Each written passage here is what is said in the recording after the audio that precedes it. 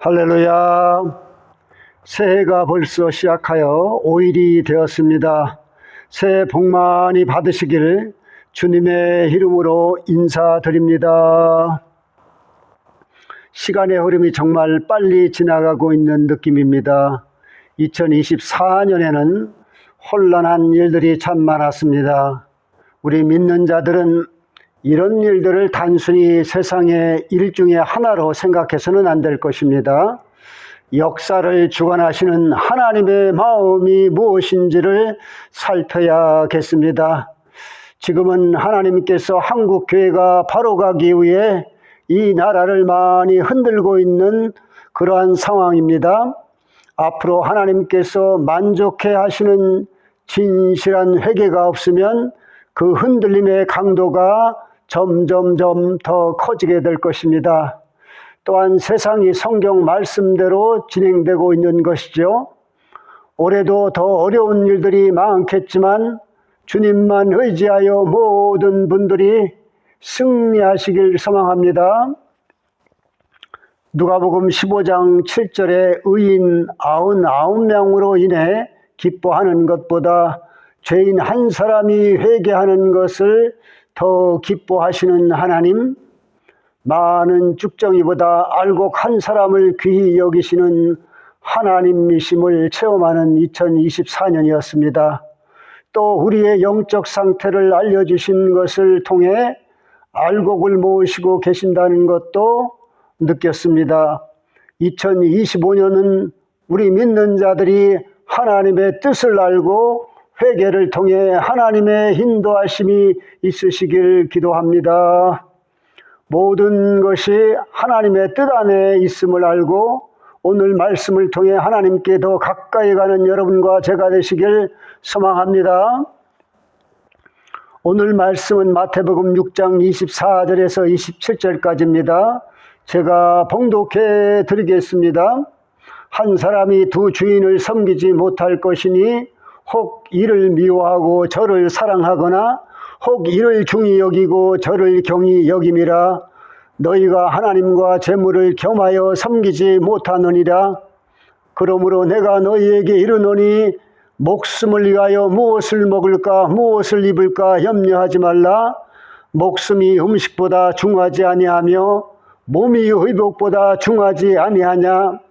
공중의 새를 보라.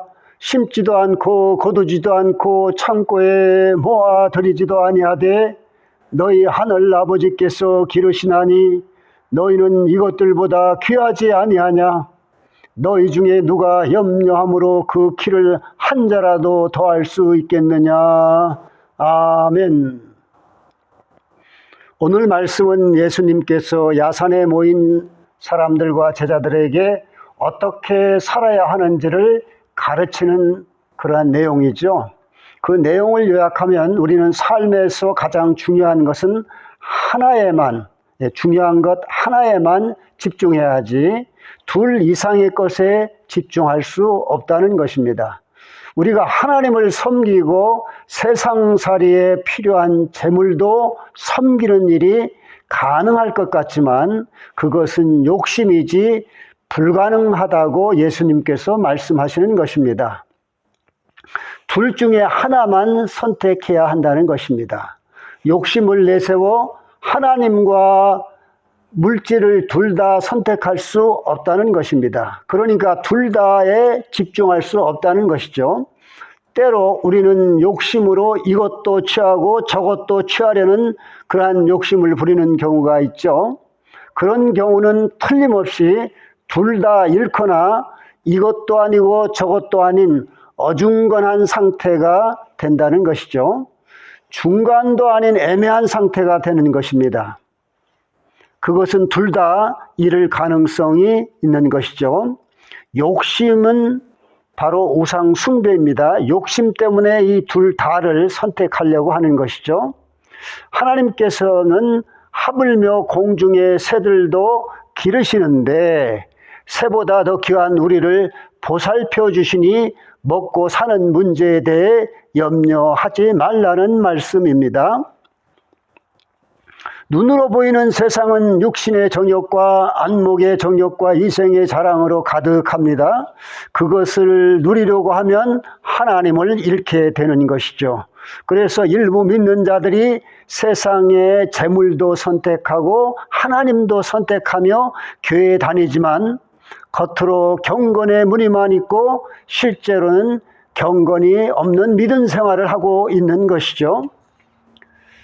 겉으로는 천국으로 가고 있는 듯하지만 지옥으로 가고 있다는 것입니다. 우리 믿는 자들은 예수님을 선택하면 목숨을 위해 필요한 재물은 덤으로 하나님께서 주신다는 것입니다. 그래서 예수님을 선택해야 한다는 것입니다. 믿는 많은 사람이 넘어지는 이유는 이 말씀을 믿지 않기 때문입니다. 그래서 믿을 용기가 없거나 시도해 보지 않는 것이죠. 또한 하나님께서 덤으로 주신다는 재물을 하나님의 기준이 아닌 자신의 기준을 세워놓고 하나님께서 주시지 않는다고 생각하면서 믿지 않는 것입니다. 그들은 하나님이 자신의 기준에 맞춰 주셔야 재물을 주셨다고 생각하는 경향이 있는 것이죠. 이런 사람들은 욕심이 많고 남과 비교하여 자기 기준을 설정하여 판단하기 때문입니다. 우리는 데살로니가전서 5장 18절의 말씀처럼 범사에 감사해야 합니다.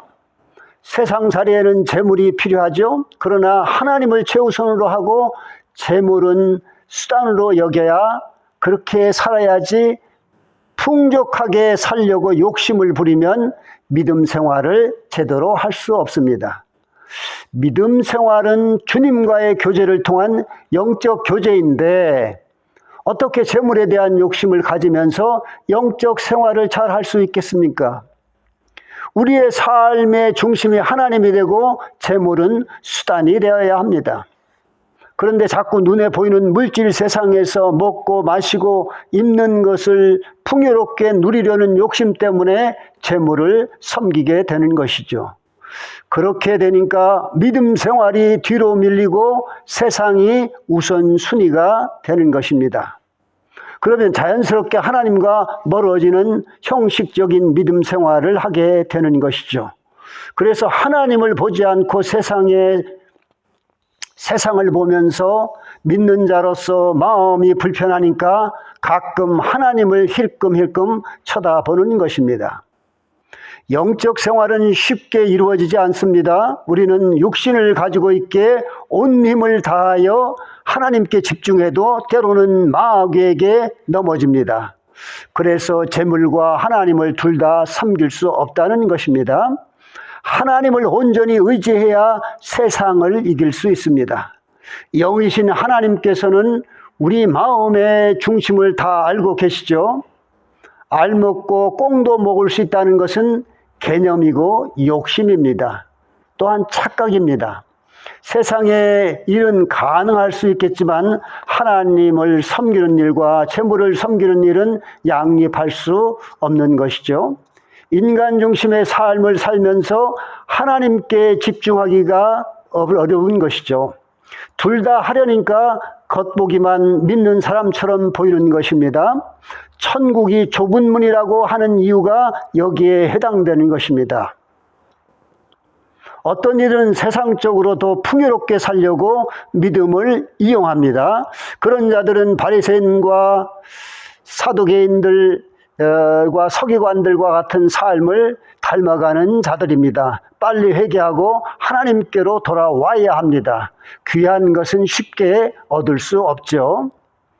하나님을 사랑하는 자들은 세상보다 하늘에 관심을 두고 그것을 최고의 가치로 여기기에 그것에 목숨을 겁니다. 그래서 그들은 하나님과의 친밀한 관계를 형성하기 위해 매일 열심히 말씀과 기도로 나아갑니다.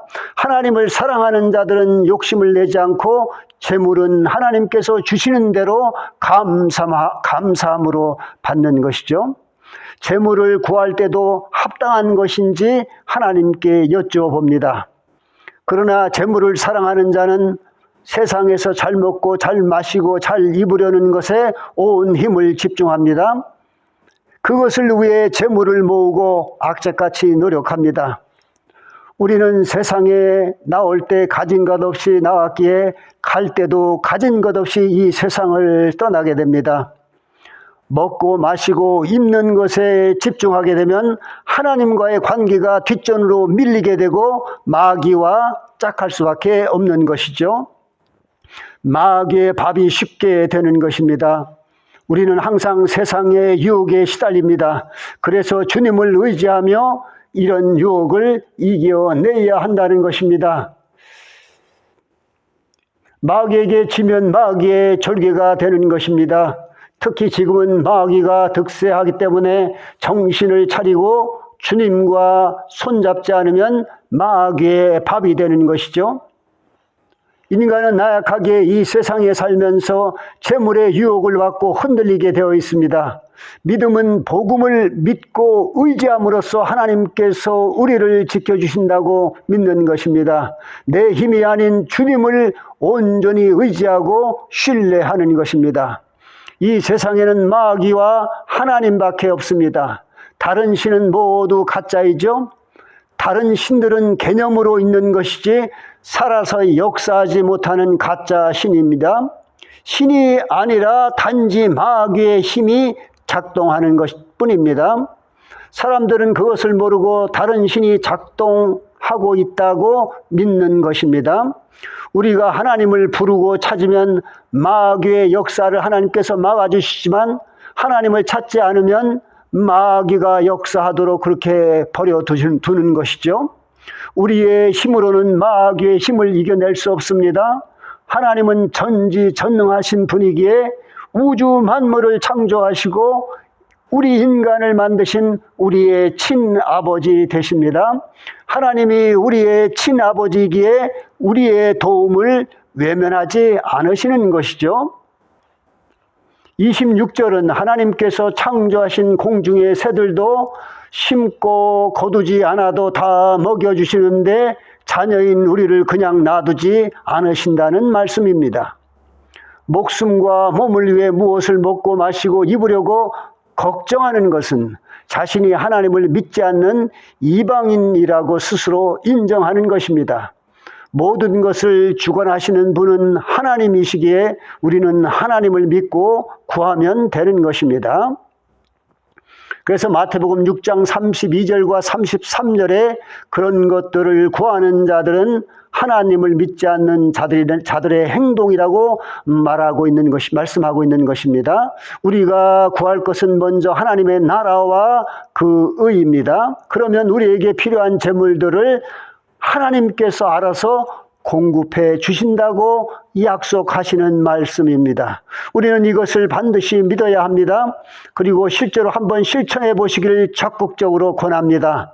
아무것도 하지 않고 가만히 하나님의 나라와 그 의를 구하라는 것이 아니라 나의 일을 하면서 하나님이 원하시는 뜻이 무엇인지를 구하고 그것을 실천해 보는 것이 필요합니다. 자신이 실천해 보지 않고 미리 이럴 것이다 저럴 것이다 라고 판단하는 것은 하나님을 신뢰하지 않는 태도이고 겁쟁이의 모습이라고 할 수 있습니다. 또한 이 말씀대로 하지 않고 자기 생각에 하기 쉬운 방식으로 하고서 말씀을 지켰다고 말하는 것은 실수이죠. 하나님과의 친밀함이 이루어지지 않은 상태에서 단순히 실행하는 것은 실수하는 것입니다.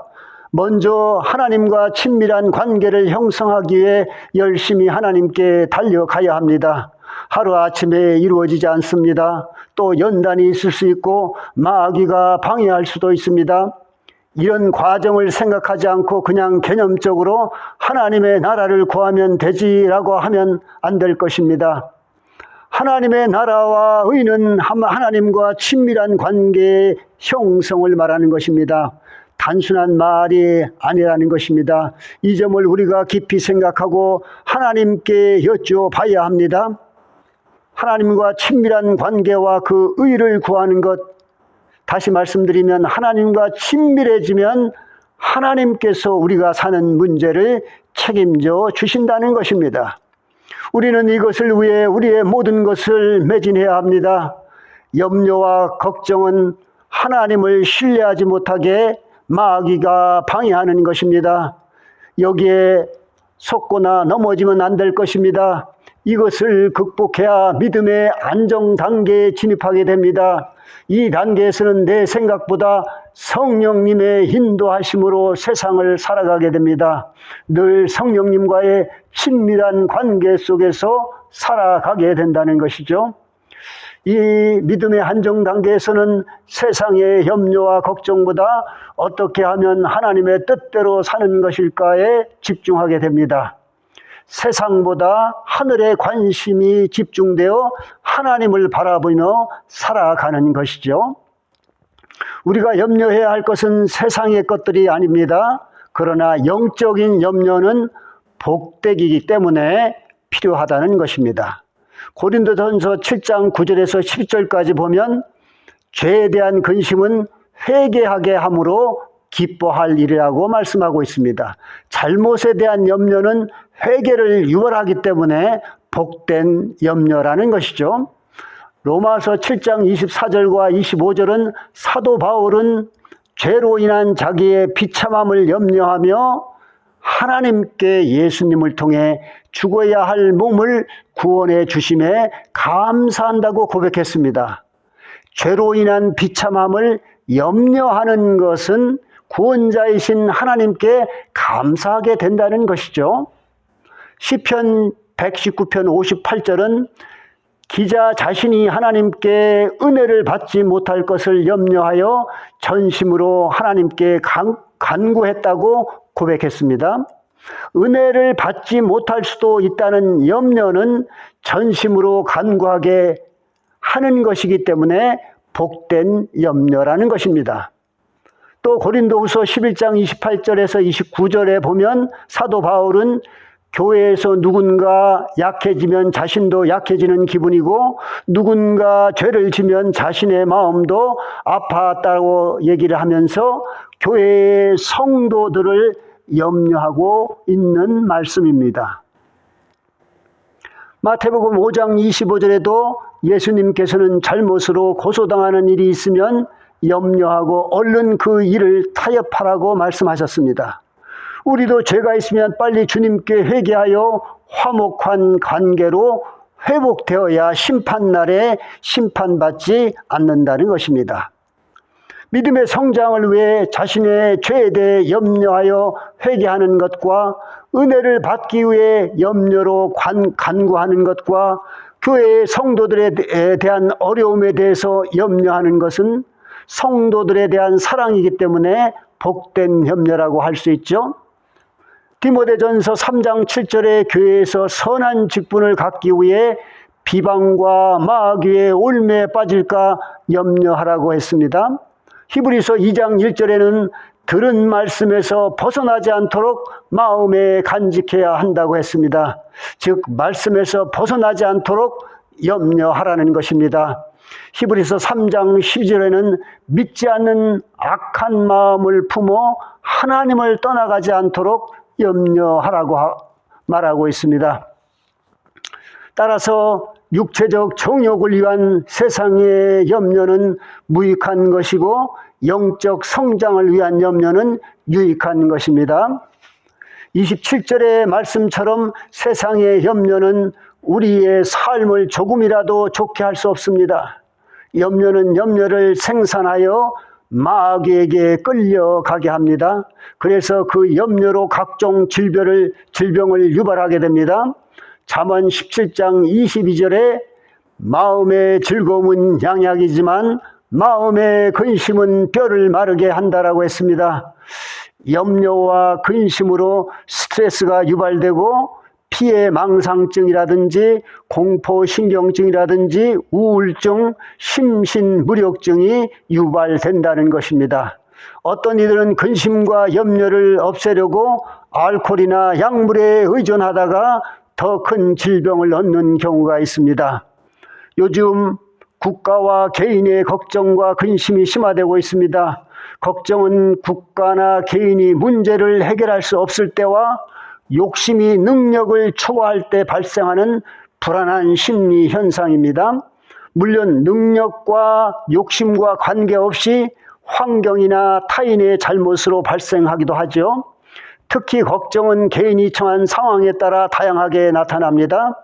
실제로 해결해야 하는 문제가 해결하기 어려운 상황에 전개가 되면 걱정과 근심이 시작됩니다.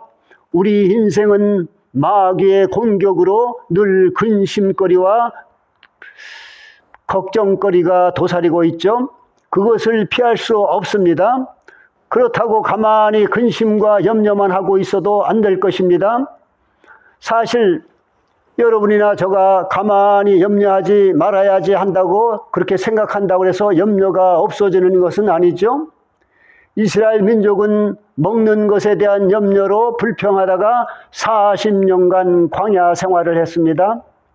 영국 속담에 염려를 치료하는 약은 없다고 했습니다. 염려는 우리의 힘으로 해결할 수 없습니다. 염려는 마귀가 주기 때문에 그렇습니다. 여러분, 그럼 어떻게 염려에서 벗어날 수 있을까요? 첫째, 베드로전서 5장 7절의 말씀처럼 우리의 염려를 주께 맡겨야 합니다. 기도와 말씀으로 마귀를 이겨내야 한다는 것입니다. 주님의 힘으로 염려하게 만드는 마귀를 쫓아내야 합니다. 말씀을 읽고 암송하다 보면 마귀가 사라집니다.